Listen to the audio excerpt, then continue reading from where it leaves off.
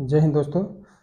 आज हम पढ़ेंगे एनसीईआरटी बुक का बिहार बोर्ड 10th क्लास का प्रश्नावली 1.1। इसके अंतर्गत करीब 5 क्वेश्चन आते हैं। 5 क्वेश्चन में एक एक क्वेश्चन में दो सब क्वेश्चन भी दिया हुआ है, जिसको बारी बारी से हम इसको हल करेंगे और जानेंगे कैसे बनते हैं। जय हिंद दोस्तों। और इसके बाद इसका पूरे विस्तार से जानेंगे। संख्याएं के अंदर जो वास्तविक संख्या है, रियल नंबर, ये चैप्टर का नाम है रियल नंबर, इसी के अंतर्गत ये आता है।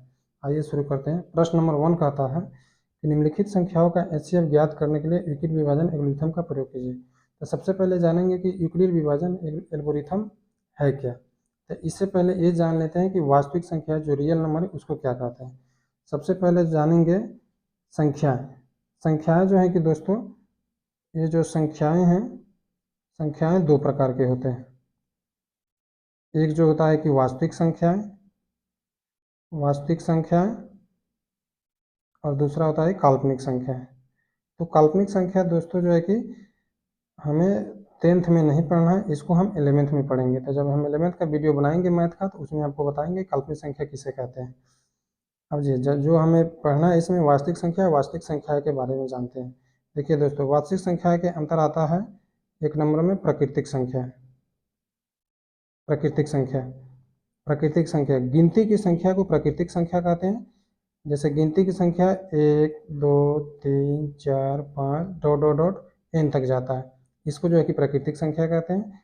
2 पूर्ण संख्या जब गिनती की संख्या 0 से शुरू हो, 0 प्लस n या नेचुरल नंबर। गिनती की संख्या जब 0 से शुरू हो जाए, एग्जाम्पल जैसे 0 1 2 3 4 5, जब गिनती की संख्या 0 से शुरू की जाती है उसे पूर्ण संख्या कहते हैं।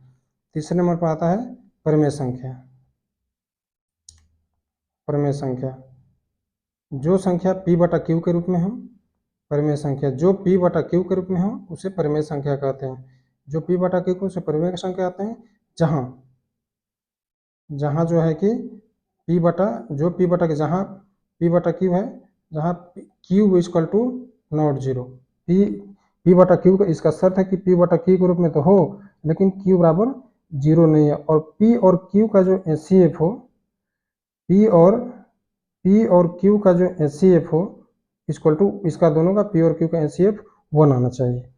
इसी को प्रमेय संख्या कहते हैं। यानी जो p बटा q के रूप में लिख सकते हैं तथा q equal to not 0, q का मान 0 नहीं आना चाहिए और p और q का एचसीएफ 1 आना चाहिए। इसको जो है कि प्रमेय संख्या कहते हैं। अब है अपरिमेय संख्या। जिस संख्या को p बटा q के रूप में नहीं लिखा जा सकता है उसे अपरिमेय संख्या कहते हैं। जैसे अपरिभाषित, जैसे p बटा q के रूप में न लिखा, जैसे 0 आ जाए अंदर तो इसका मान हो जाएगा इनफाइनाइट, यानी अपरिभाषित, रूट के अंदर आ जाए। ये जो है कि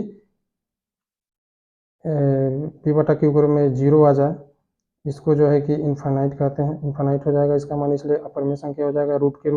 रूट के रूप में उसे अपरिमेय संख्या कहते हैं। उसके बाद है कि पूर्णांक संख्या। देखिए दोस्तों, पूर्णांक संख्या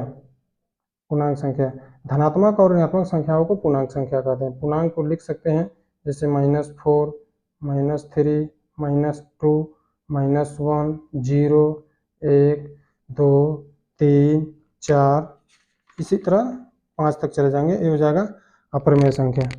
अब दोस्तों जानेंगे कि यूक्लिड विभाजन प्रमेय क्या होता है। देखिए इसमें जो मेन हमारा जो चैप्टर है, प्रश्न 1 कह रहा है, प्रश्न 1 कहता है कि निम्नलिखित संख्याओं का एचसीएफ ज्ञात करने के लिए यूक्लिड विभाजन एल्गोरिथम का प्रयोग कीजिए। यानी कह रहा है कि यूक्लिड विभाजन एल्गोरिथम का प्रयोग करते हुए इसका एचसीएफ निकालें। तो सबसे पहले ये जान लेते हैं कि यूक्लिड विभाजन प्रमेय क्या होता है। यूक्लिड विभाजन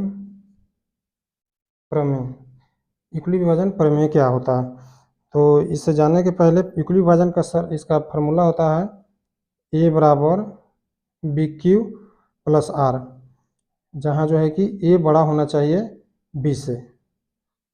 इसको आप ऐसे भी सरल भाषा में लिख सकते हैं, भाज्य बराबर भाजक गुने भागफल भाज्य बराबर, इसको लिख सकते हैं भाज्य बराबर भाजक गुने भागफल प्लस शेषफल, शेषफल लिख सकते हैं। जैसे उदाहरण के तौर पर देते हैं, एक छोटा सा उदाहरण ले लेते हैं। 5 बराबर अगर 4 है, 5 और 4 का जैसे मान लीजिए क्वेश्चन नंबर 1 कहता है कि ये जो है 5 और 4 का इक्वली विभाजन प्रमेय से आप इसका एचसीएफ निकालिए। तो सबसे पहले क्या करेंगे, ये जो इक्वली विभाजन का सूत्र है वो लिख देंगे, ए बराबर बी क्यू प्लस आर होता है। ये हो जाएगा 5 बड़ा है 4 से, तो समीकरण 1 लेंगे। 5 बड़ा है 4 से, तो समीकरण 1 लेते हैं। समीकरण 1 में देखते हैं कि 5 बराबर 4, तो 5 में 4 से भाग देते हैं, 4 एकम 4, 1 आ गया। तो देखिए 4 भाज्य बराबर भाजक गुने भागफल प्लस इसका शेषफल 1 आया है दोस्तों। तो इस समीकरण में हो गया। अब हो जाएगा कि अब क्या लेंगे, अब समीकरण 2 लेंगे। अब देखिए समीकरण 2 में क्या आएगा, समीकरण 2 में हो जाएगा 4 बराबर 1, तो देखिए 4 में 1 से भाग देंगे, 4 में 1 से भाग देंगे, तो 4 एकम 4, 4 से 4 कट गया, तो 1 गुने 4 प्लस 0, इसका शेषफल 0 आ गया। तो इसका जो लास्ट जो है कि भाजक होता है वही एचसीएफ होता है। तो एचसीएफ बराबर हो जाएगा 1 आंसर इसका हो जाएगा। इसी प्रकार से हम आगे देखिए अप्लाई करेंगे और इसी यूक्लिड विभाजन प्रमेय का प्रयोग करते हुए हम जो है कि प्रश्नावली 1.1 का क्वेश्चन को हल करेंगे। देखिए तो क्वेश्चन नंबर 1 में क्या कह रहे हैं, क्वेश्चन नंबर 1 है 135 और 225 का यूक्लिड विभाजन प्रमेय से इसका हल निकालिए। तो देखिए इसको जो है कि इसमें बड़ा कौन है, हल यहाँ लिख देंगे। हल बड़ा कौन है, 225 बड़ा है 135 से, तो समीकरण 1 लेंगे। 225 बराबर 135 और यहाँ पे 225 में 135 से भाग देंगे। ये जो है कि 1 से 1 एकम 1, 35 से इसमें भाग दे देंगे, 5 बाई 0 हो जाएगा। अब जो है कि ये कम है तो एक दहाई इधर से लेंगे, तो 12 लेंगे, 12 में से 3 गया तो 9 आ जाएगा, ये जो है कि 0 हो गया।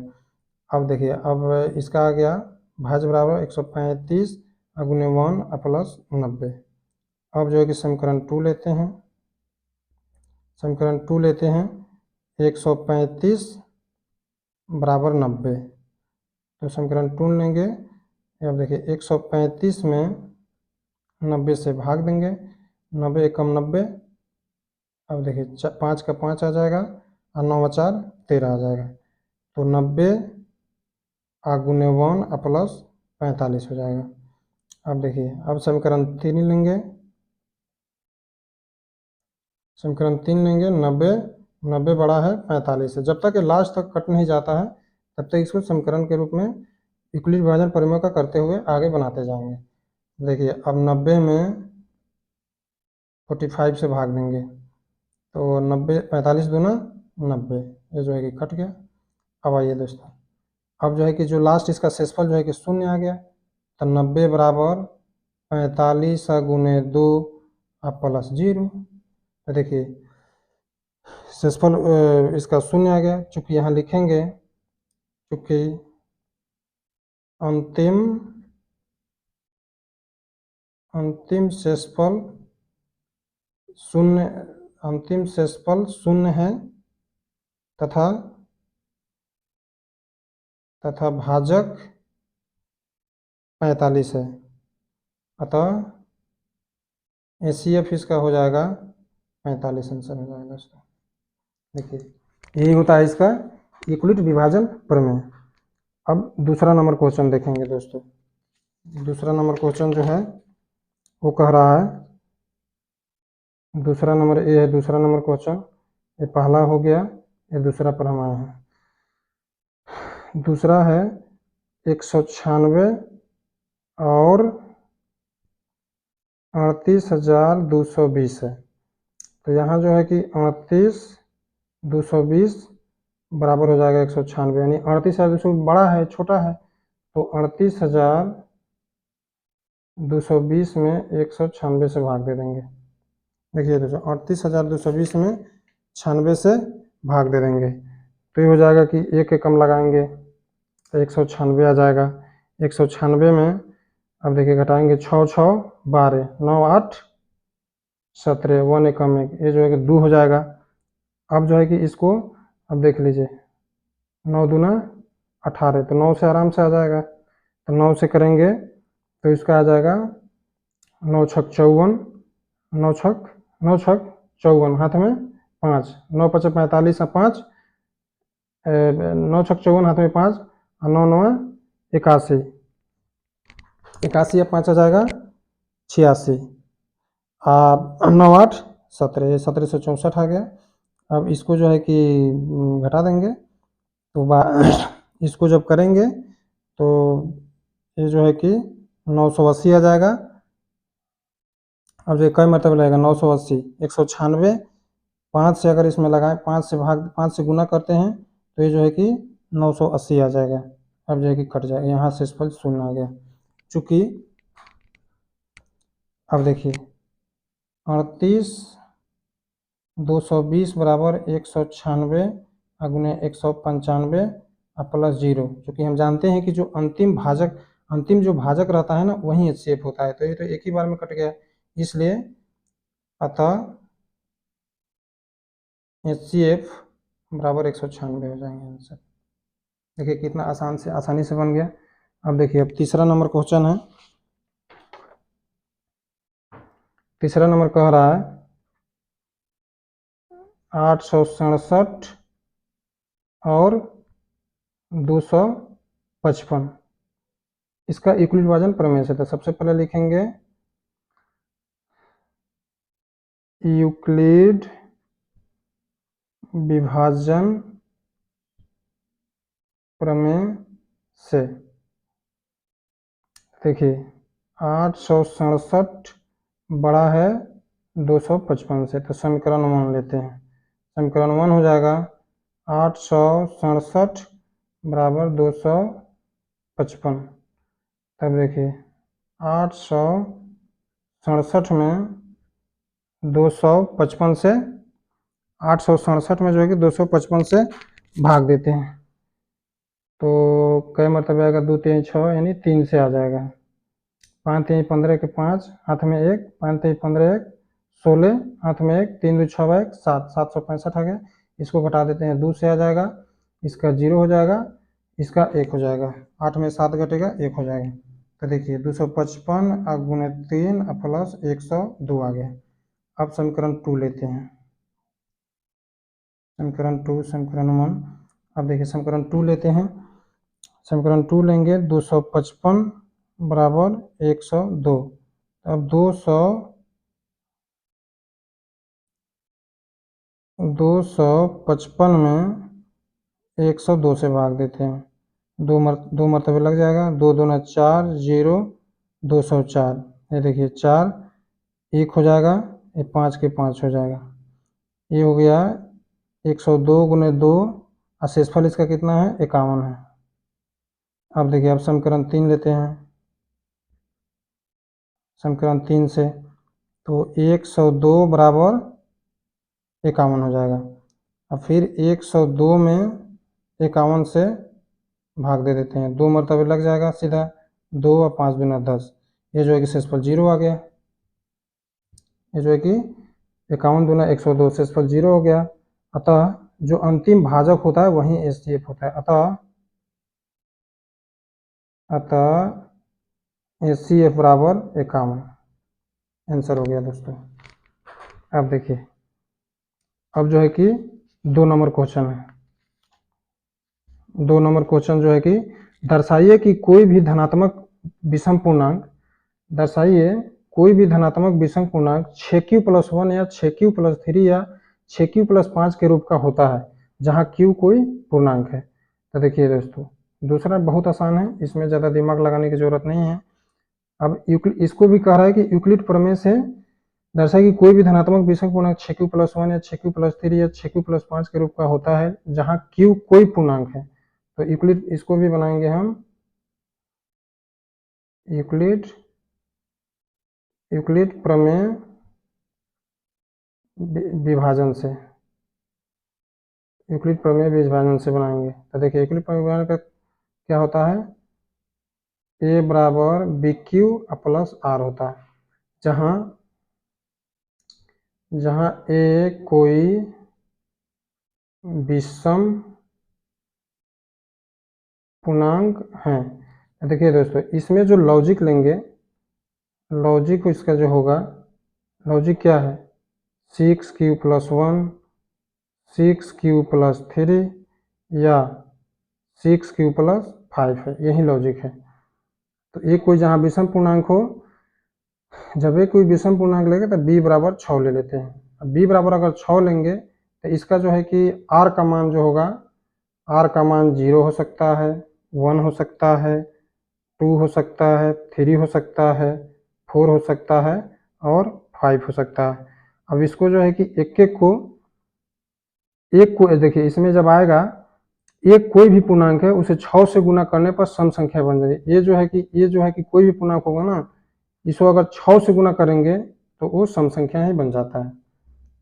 इसलिए दोस्तों देखिए, सबसे पहले इसमें भी केस 1 समीकरण 1 लेते हैं।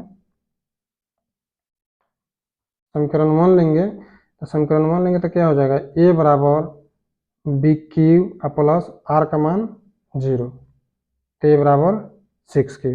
ये जो है कि सम आ गया, ये जो है कि सम आ गया। दूसरा देखिए समीकरण 2 लेते हैं, समीकरण 2 लेते हैं, 1 हो गया, 2 हो गया। a इजकल टू BQ+R का मान समीकरण 2 में 1 लेते हैं। तो ये देखिए, ये हो जाएगा सम और ये हो जाएगा विषम। सम और विषम को जब जोड़ेंगे ना, किसी भी सम संख्या और विषम संख्या को जोड़ने पर जो है कि विषम संख्या ही आता है। तो एक ये ले लेते हैं, एक निकल गया। समीकरण 3 लेते हैं, समीकरण 3 लेने पर a बराबर BQ+2, ये जो है कि सम हो गया, 6q सम हो गया, ये भी 2 भी है, सम संख्या है, +2। सम संख्या को सम संख्या का जोड़ने पर हम जानते हैं कि सम ही आएंगे। अब देखिए, अब समीकरण 4 लेते हैं।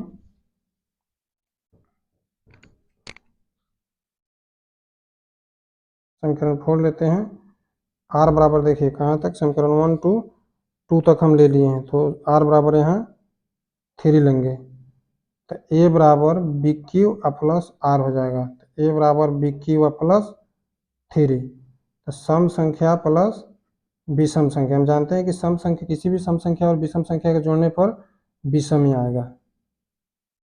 देखिए a हो गया 2।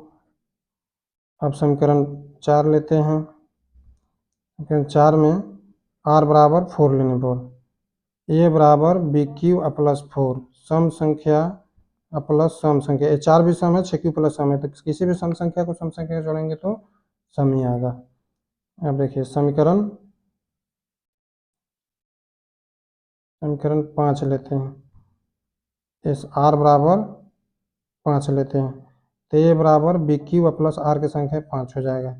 तो सम संख्या प्लस विषम संख्या, किसी भी सम संख्या और विषम संख्या को जोड़ेंगे तो विषम ही आएगा, ये याद रखिएगा दोस्तों। इसमें ये भी बहुत जरूरी है कि सम संख्या को सम संख्या के जोड़ने पर क्या आएगा, विषम संख्या को विषम संख्या से जोड़ने पर क्या आएगा, सम को विषम से जोड़ने से क्या आएगा। ये सब चीज़ें बेसिक नॉलेज जानकारी, चाहे नई जानकारी तो आप कमेंट कीजिएगा दोस्तों, मैं इसका भी एक अलग से वीडियो बना दूंगा। अब देखिए ये हो गया, समीकरण 3 हो गया। तो दोस्तों अब इसका हमें मान ही आ गया। अब देखिए समीकरण 1, 2 और 3 से यह स्पष्ट है कि सभी धनात्मक विषम पूर्णांक, देखिए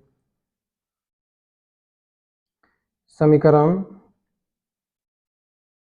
1, 2, और 3 से यह स्पष्ट है कि 1 2 3 से स्पष्ट है कि सभी धनात्मक विषम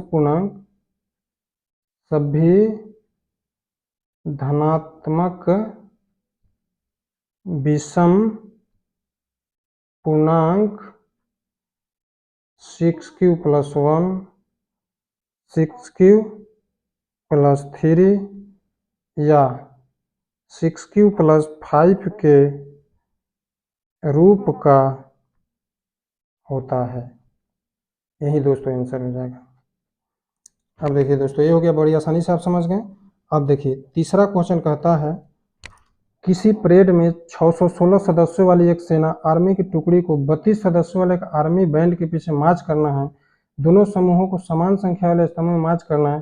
उन स्तंभों की अधिकतम संख्या क्या हो जिसमें वो मार्च कर सकते हैं। देखिए दोस्तों, सबसे आसान है इसमें, जो है कि सबसे आसान है, इसमें कुछ नहीं है। इसको जो है कि हम यूक्लिड विभाजन प्रमेय से निकालते हैं। 3 नंबर जो क्वेश्चन है, 3 नंबर क्वेश्चन का हल यूक्लिड विभाजन प्रमेय से निकालते हैं। देखिए दोस्तों, इसमें जो है कि 600 परेड में 606 सदस्यों वाली एक सेना की टुकड़ी को 32 सदस्यों वाले एक आर्मी बैंड के पीछे मार्च करना है। ये जो क्वेश्चन है, तो इसमें जो है कि 600 ये बराबर होता है BQ + R। तो 616 जो है कि बड़ा है 32 से, यानी इसको हमें HCF ही निकालना है, लेकिन हम HCF निकालेंगे यूक्लिड विभाजन प्रमेय से। जैसे 616 और 32 का HCF निकालना है। देखिए समीकरण 1 लेते हैं, 616 बराबर 32। दोस्तों यही होगा, 616 बराबर 32। अब 616 में 32 से भाग देंगे, 32 दूना 64 होगा नहीं, एक मरतबे आएगा। 32 दूना 64, 32 और 32 को 616 से 616 को 32 से भाग देंगे तो 32 से कम 32 आएगा। 11 में से 9 आ जाएगा, ये हो गया, एक दहाई उधर चल गया तो 5 हो गया, तो 2 आ जाएगा। ये जो है कि 96 आ जाएगा। इसको जो है कि अब 9, इसको जो है कि 9 त्रिका 27, हाँ 9 से आ जाएगा दोस्तों। 9 दूना 18, 1 9 त्रिका 27 है, 1 28, 16 में से 8 गया, 8 8 16 होता है, ये जो है कि कट गया। अब जो है कि 32 गुने 19 + 8 हो गया। ये जो है कि दोस्तों शेषफल आ गया। ये जो है कि शेषफल हो गया। आप समीकरण 2 लेंगे, समीकरण 2 या चरण 2 लेंगे। समीकरण 2 से अब देखिए 32 बराबर 8 लेते हैं, तो 32 को 8 से भाग देते हैं, 8 चौका 32, ये जो है कि शेषफल शून्य आ गया। 8 गुने 4 + 0। अब जिस यूक्लिड प्रमेय परिमेयिका से हम बनाएंगे जहां इसका शेषफल शून्य आ गया और जो अंतिम भाजक होता है वही जो है कि इसका आंसर होता है। अतः CF = 8 आंसर। जय हिंद दोस्तों। आपको इसमें जो है कि और भी कुछ आपको बेसिक नॉलेज की अगर कुछ जानकारी चाहिए तो हमें कमेंट में बताइएगा दोस्तों, उसको भेजेंगे, हम आगे बताने का प्रयास करेंगे। अगर वीडियो आपको अच्छा लगता है तो इसको लाइक, सब्सक्राइब और शेयर जरूर करो। जय हिंद दोस्तों।